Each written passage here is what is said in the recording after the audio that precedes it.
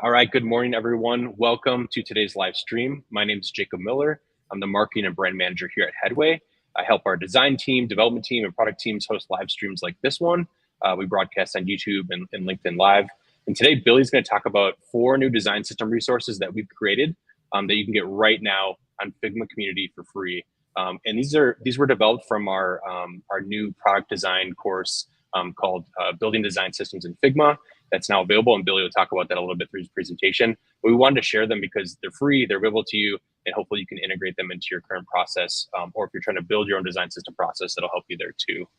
So as a reminder, this will be recorded. So if you're watching on YouTube, we'll upload an edit of this next week. And if you're watching on LinkedIn, you can just return to that event page that you're watching from right now. You can watch the recording there. And as a reminder as well, if you have any questions, please leave them in the chat and we'll get to them as soon as we can. As Billy's presenting, it's hard for him to kind of like always see that. So I'll be keeping tabs on that and engaging there with all of you folks. So thanks everyone for joining us. And I'm going to hand it over to Billy. Yeah, thank you, Jacob. I'm really stoked to be talking about our design system resources. One of our favorite things to do is build different resources that designers can use throughout their process. So definitely check out everything that we've put out there on the Figma community. So like Jacob said, I'm Billy Sweetman. I'm head of design here at Headway. I just really enjoy building and teaching design systems to designers, and very thankful that I get the opportunity to share a bunch of our process and things that we do here at Headway with everyone out there on the internet learning design and really improving their skills. Like Jacob mentioned, this is part of our design systems in Figma course. So you don't need to have used the course to use these resources. They're all free in the community. But if you really want to unpack how we build out design systems in Figma from like a designer's point of view, the whole design team here at Headway put a really great course together. It's available at shipwright.design. So definitely feel free to check that out. We also have some free YouTube videos about design systems that you can check out on our YouTube page. So just lots of resources out there, depending on what you're looking for.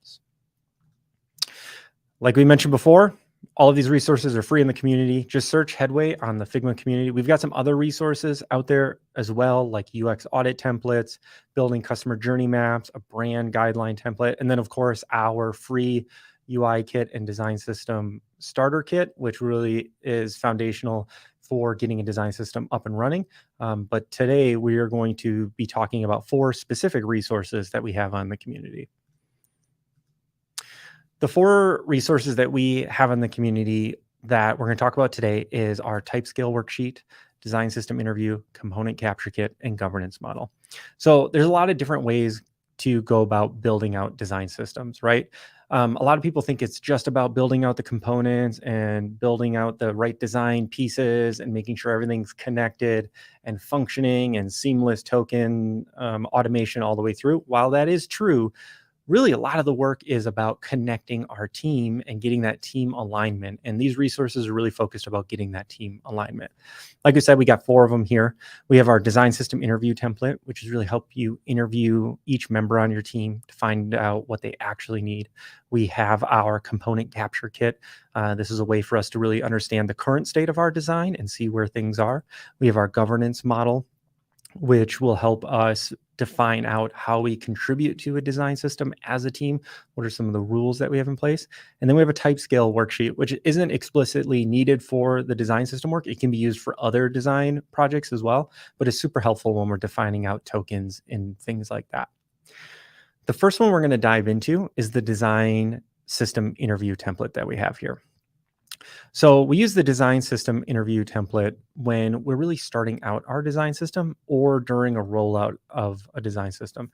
This interview template is really built out where you can change the questions and change everything in here to be used for any sort of design interview.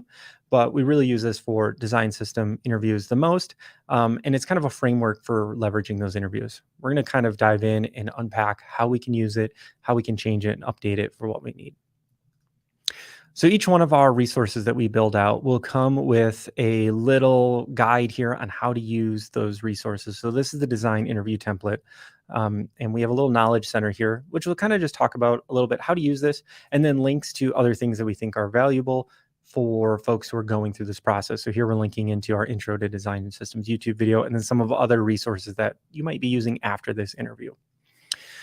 So the way we kind of built out our interview templates, or the way we think about it, is we have the set of interviews, and we want to really review this before we go and do a design system interview. We might not have a design system yet, and we're kind of thinking about how can we implement a design system at our company, and we want to sit down and interview the designers, the developers, maybe the product owners, different stakeholders, and really go through this interview. So we'll have multiple interviews in this FigJam file, all captured here. We'll give the participant name and role. We'll identify them there. If we're doing it over Zoom, we might have a screenshot of them up here so we can kind of remember who we talked to. Sometimes it's easier to put a name when we have a face there. And then we break up our questions into categories. So here you can see the default template has tooling, workflow, standards and approval, design, development, design systems, and then sort of a follow-up for anything else, catch all here. And this is the generic template that we'll go through. But like I said, we'll update this based on what is the outcome of the interview we're trying to get. If we're just starting out with a design system effort and we've never used a design system, we might remove this category here and not answer any of those questions there. And we might have different questions in there that we might add. When we are going through the interview, what we do is we usually, best practice is to have 2 interviewers on each interview. We'll have one person asking the questions and sort of guiding the interview in the Zoom call, if we're doing it on Zoom, and then somebody else who's there taking notes, right? So somebody's asking, what tools are you currently working in? And as the interviewee responds, our other designer who will be on this call will be capturing all the notes and kind of going through here and adding different elements here. The nice thing about doing this is we might hear something that we want to ask a question about or a follow-up question about that the interviewee might not catch. So we can just duplicate these and sort of work through these. And as we go in through the categories, we can pre-stage new questions sort of organically as we're going, which is kind of a cool little thing when we do the interview capture in a tool like FigJam instead of doing something in a little bit more linear fashion like a Notion or even a Google Drive. Like I said before, a lot of these are predefined questions, which really help us kind of work through those flows. So the next thing would be workflow, talk us through your current workflow. We like to break out questions like this so we can kind of get a sense of how people are feeling about different things and things that they mentioned there and kind of pre-categorize some of that stuff. It helps us when we get to reviewing all the interview feedback. We have that available there as well.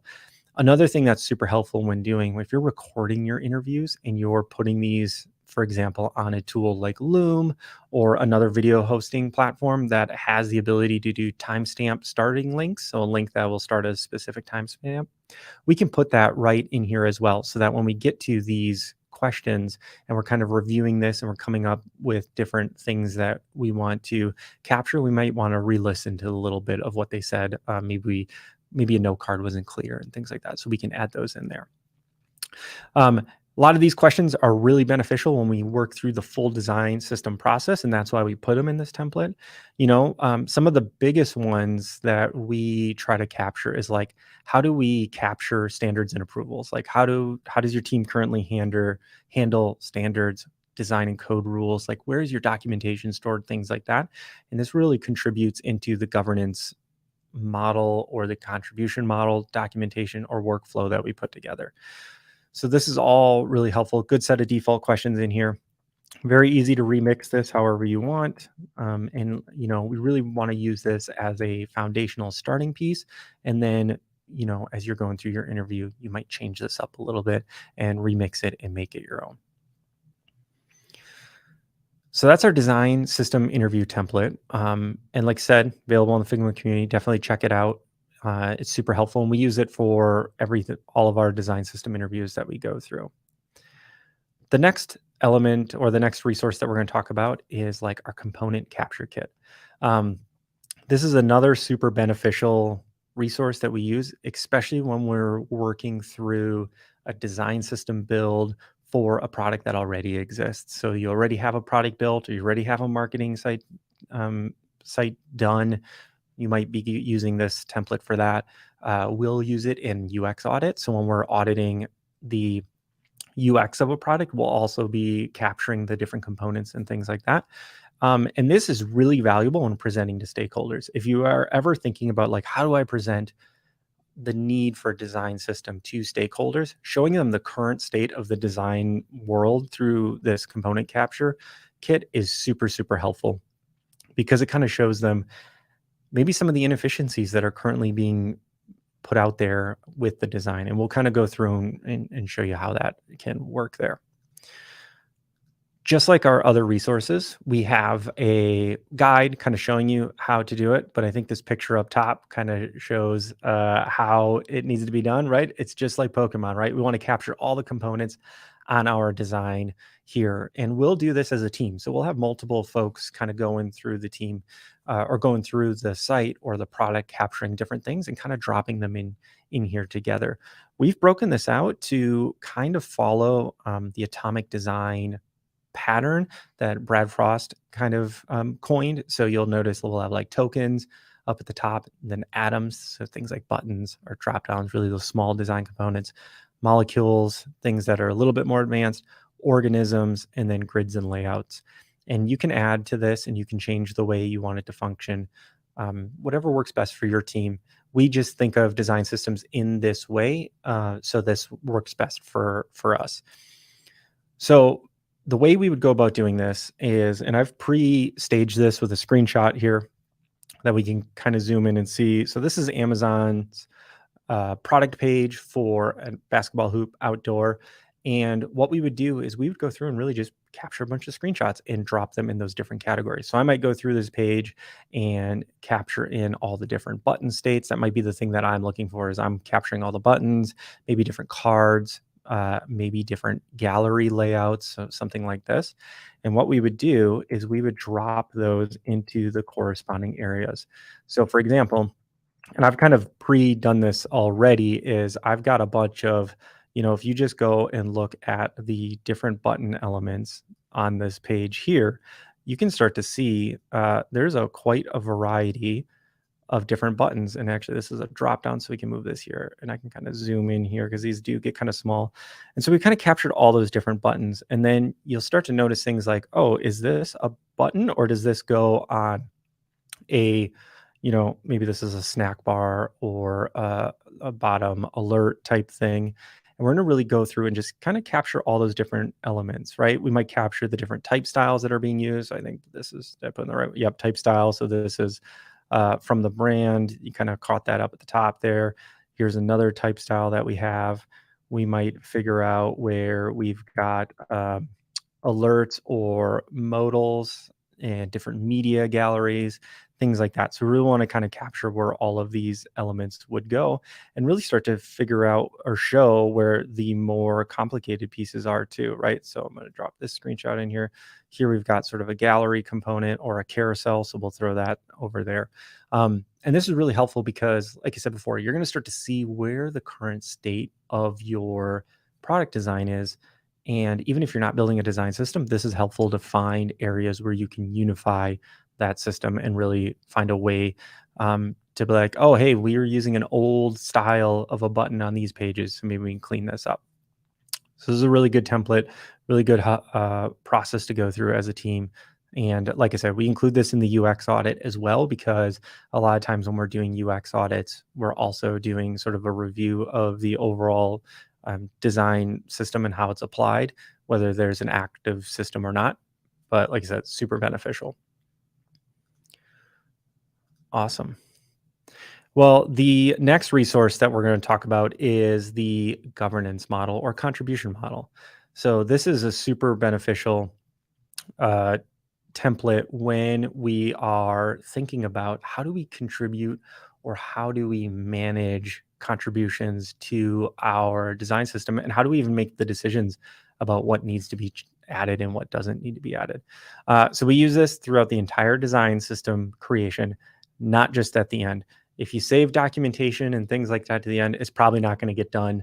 So it's good to just be thinking about it the whole time. And this is super helpful for educating new team members on building out their individual process and understanding the design system and how they can contribute and how the different rules and maybe guidelines and definitions are set up. So we're going to jump into here. Like I said before, same thing. We've got a little knowledge center, kind of how to unpack this and kind of talking about sort of the way we think about this. And the way we think about the governance model is it's really a framework of 4 categories, and we broke it up into 4 based on different models that we've looked at and different governance and contribution models we've seen and kind of unpacked. And this is a boilerplate, so it's framed up with different questions. So you can go in there and ask yourself some questions as you're going through this and make those adjustments as you're kind of working through. So, but like I said before, we broke it up into these 4 specific categories. We have our decision area. So, what is the decision tree or the flow that I go through to make an actual decision? So, for example, if I zoom in here, it's like, does this component already exist? Yes or no? If it does it meet all requirements? No. Then we're going to unpack the needed requirements and present them to the team. Does this component, is it a new component or a modification? If it's new, does this component scale across different products or screens, right? So like, what are some of the things that we can go through as designers as we're asking the design system team or the design system, or as we're asking everyone who's contributing to the design system, do we need this component or not? So that's part of the decision area. The next one is the design area, and we've unpacked the design as sort of separate because one of the things that we see in a lot of teams is design is in charge of building out a component and is in charge of thinking about of all the elements first before development gets involved, right? So we broke this out here. Design might be building this in their UI kit. They're mocking it up with all the different states. They're going to review the component with the development team, and they're going to then see if it is sort of approved by the development team, and then it'll go over to the development side, which is the next category that we think about, is the development side of that. And then in here, might be where we're creating that branch in Figma and we're building that final component. Here we're conceptually working through what it might look like, what it needs, what are the different states, and then here we're actually building that final piece. And development's building their component in the sandbox, things like that. We're testing it. And then we're documenting the component, the properties, usage guidelines, animations, different things that we might want to document. Then we're going to get sign off. And then we go to the last part, which is delivery. And delivery is like publishing it to the design kit, publishing it live components out to our sandbox environment or to our live coded library, and then communicating with the team to the different links and components and documentation, making sure that the team's aware of that. Right. So this is a really simple breakdown of a governance flow, but it's built so that you can customize it for your team and what does your team actually need. So for example, what we've noticed with a lot of our clients and a lot of design system builds is the design team's a lot more involved here with the early stage of a component than they are when it gets into development. So honestly, like this actually can get removed from here because what design is going to do is they are going to create a branch in Figma and they are going to build that component, right? Figma has branching. So we notice this with a lot of organizations. So they create a branch with Figma. And what we might put in here is follow branching guidelines. And those branching guidelines, branching guidelines might have a link somewhere. So then we would add that link and we'll just do google.com for now, right? So we're going to do that there. And we'll make sure that we have that. And so what our design team is going to do is they're going to mock up the component, all the states. They're going to review the component, maybe with the development team. But instead of mocking up the component in all the states in sort of isolation, we're just going to do this in the branch that we've created. So this is actually going to get moved over here. And we're going to delete some of these connectors. And this is based on like a specific client that we've worked with and kind of how they function and their design system team works after discussion. So we're going to move this connector down here to this. So design team is going to create a branch in Figma. They're going to follow the branching guidelines. Then we're going to mock up all the components and the states. And then in this specific instance, and I'll just duplicate this because for simplicity's sake, once the component is done, the design team will review with design system team group. And then we'll move this. Are there any changes down here?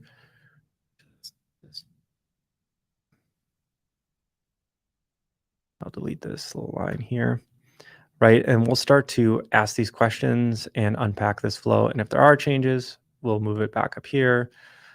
And then we'll add a yes. And actually, that's not going to go to the branch. It's going to go up here to the mockup. So we'll move this out here. And then if there aren't any changes, it's going to move on. And so then we'll go through and kind of clean this up. And this is our new design process.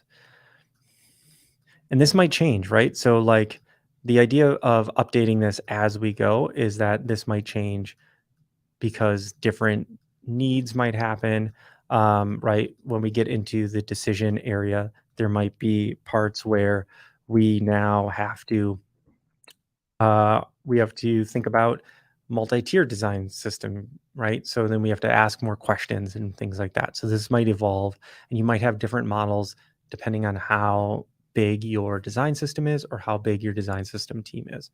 So like I said, this is a super beneficial diagram to go through and really unpack with your team. And using that design system interview that we talked about earlier, you're going to find a bunch of things that you might impart in here based on the questions you're asking. You might not know things about your process that are currently in place that you can start to map out and put that in here as well. We like to link to all of our documentation too, so that's really nice way to link back out to specific documentation. So for example, if we have branching rules written in a Notion document, or in the design area, we might have an accessibility check.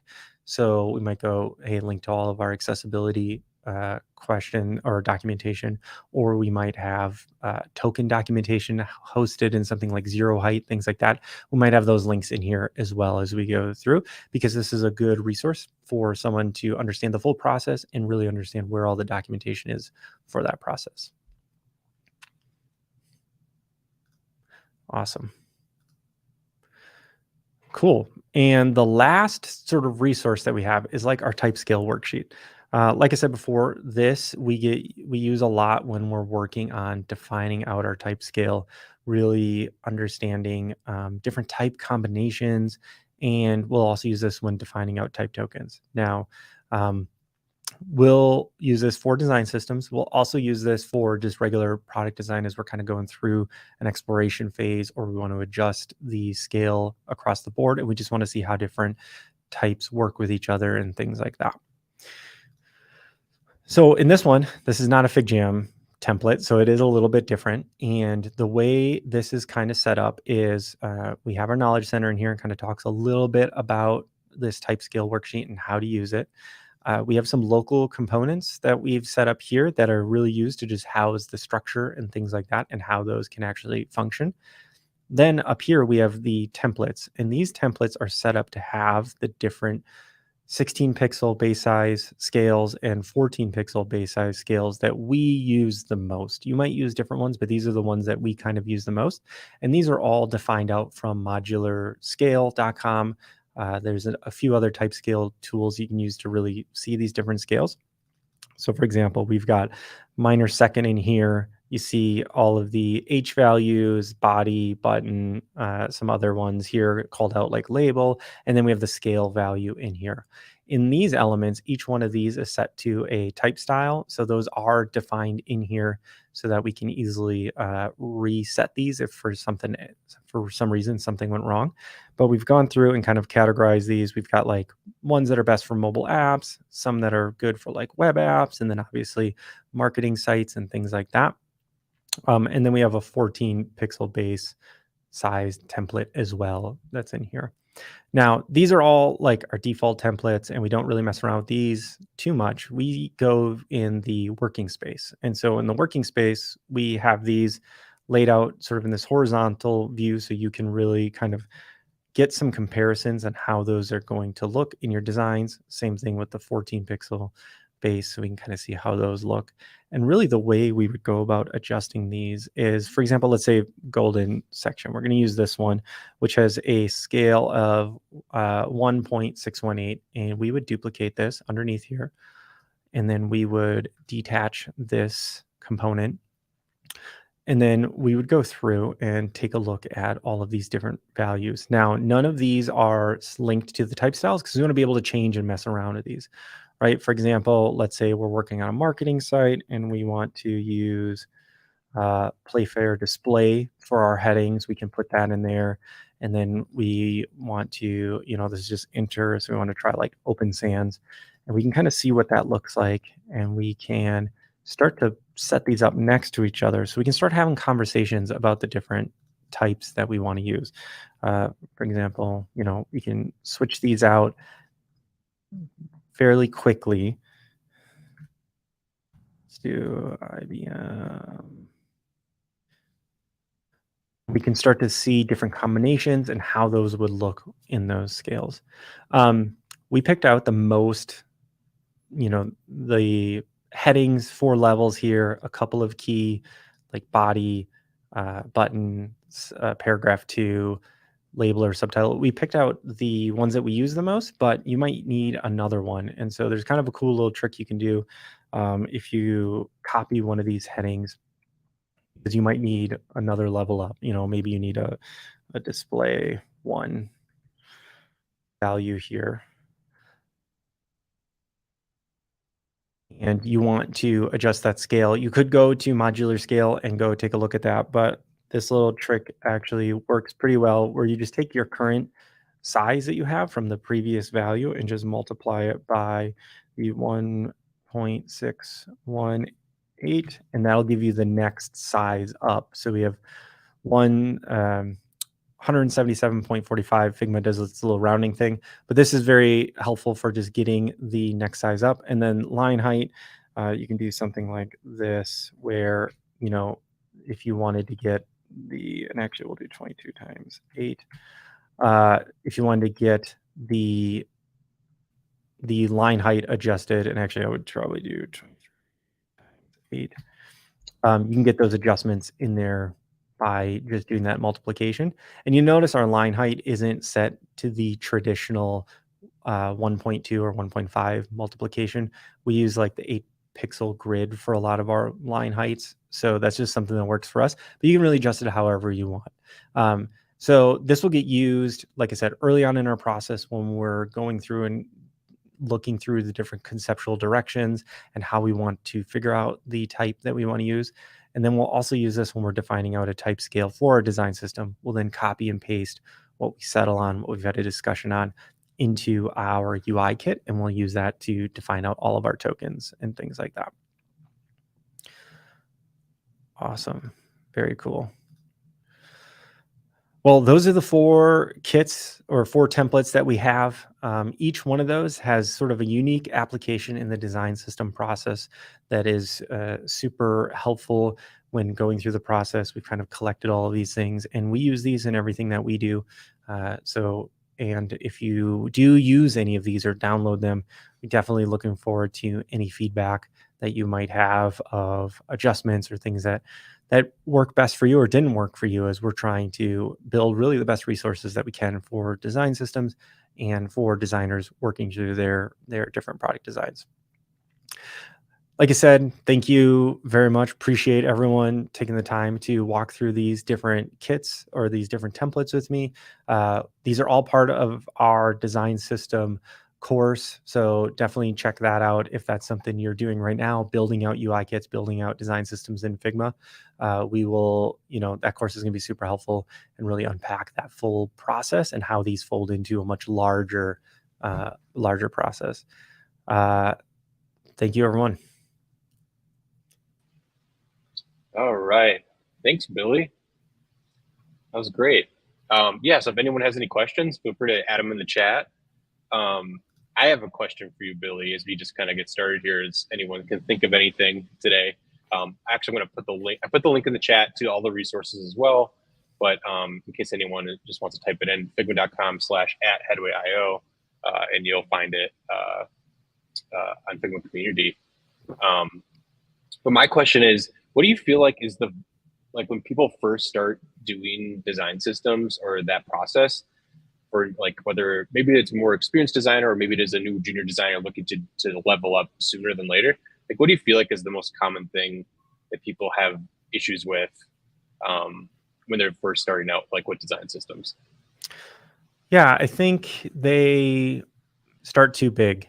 So I think one of the big things that can really slow down teams or designers building out design systems is they're like, well, I need to build out this massive UI kit and integrated component library, and it's got to have tokens and all of this stuff in there. And they just start with too many things.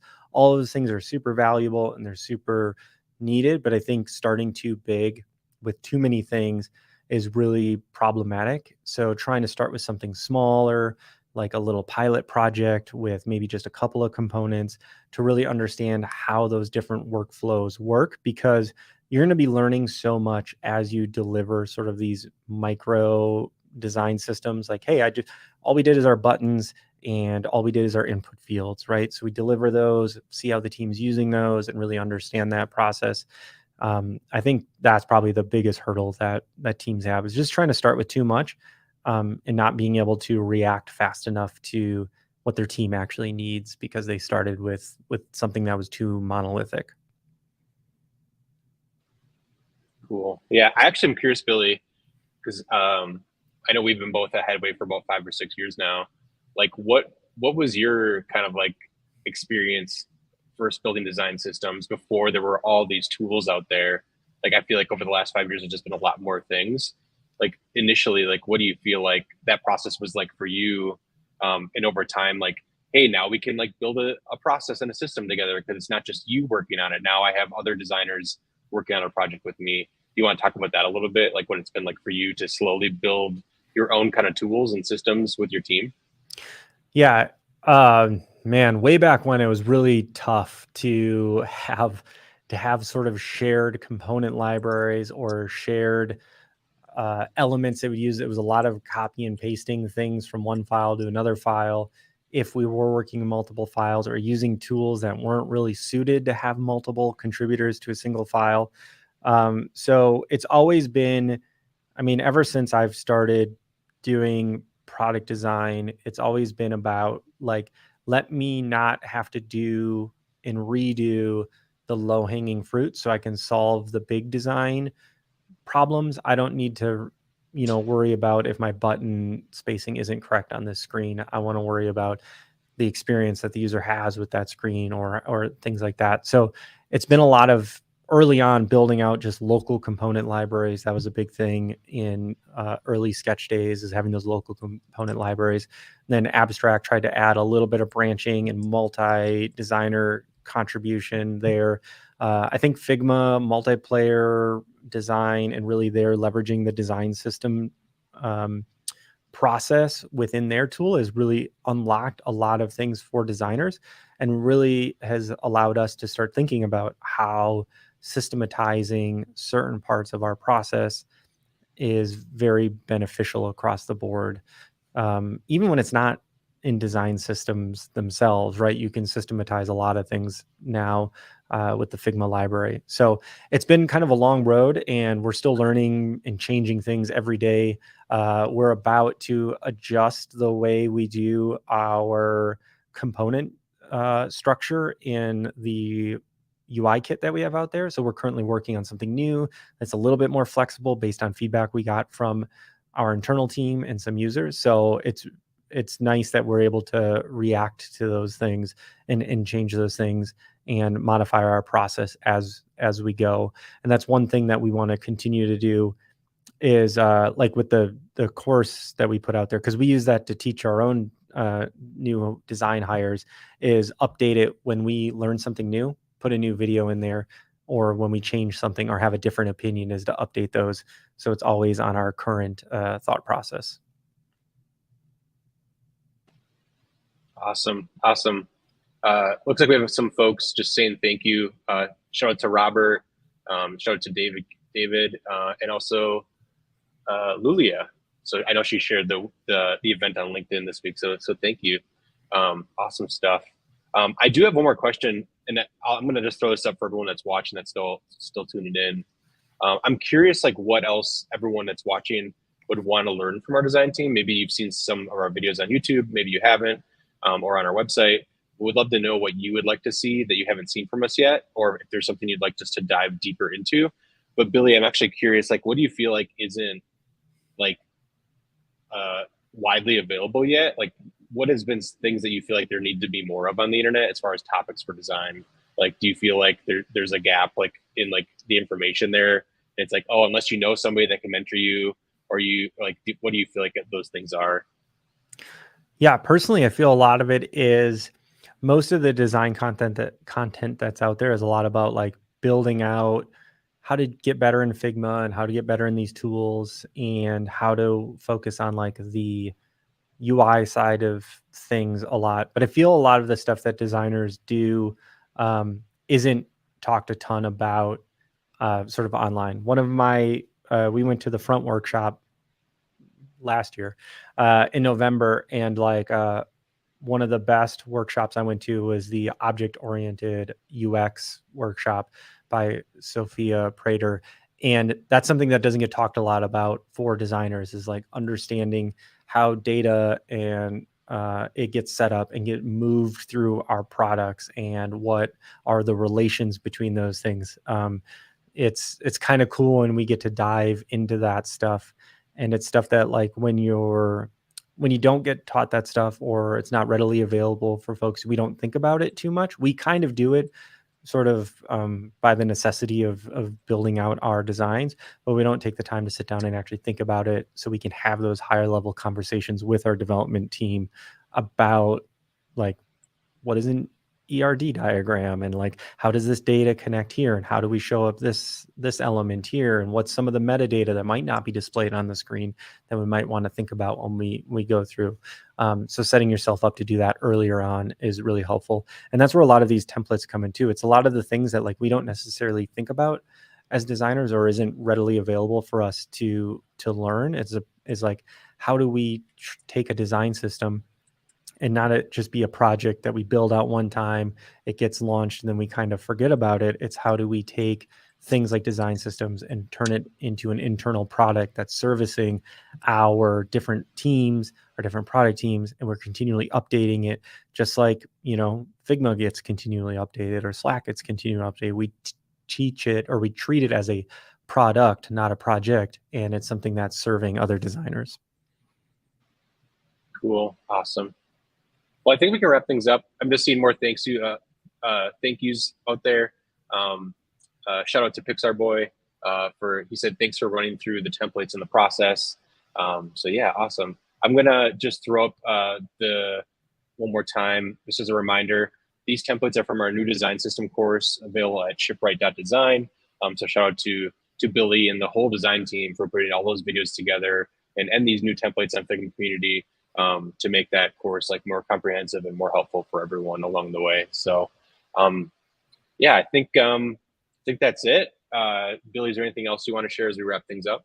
No, thank you for everyone for tuning in, and definitely hit us up on LinkedIn or just directly email if you do have any questions. So try to be as helpful as possible with, you know, if you're stuck with something or something that maybe you're unsure about and you don't want to ask in a public forum, feel free to DM me and we can set up some time to chat.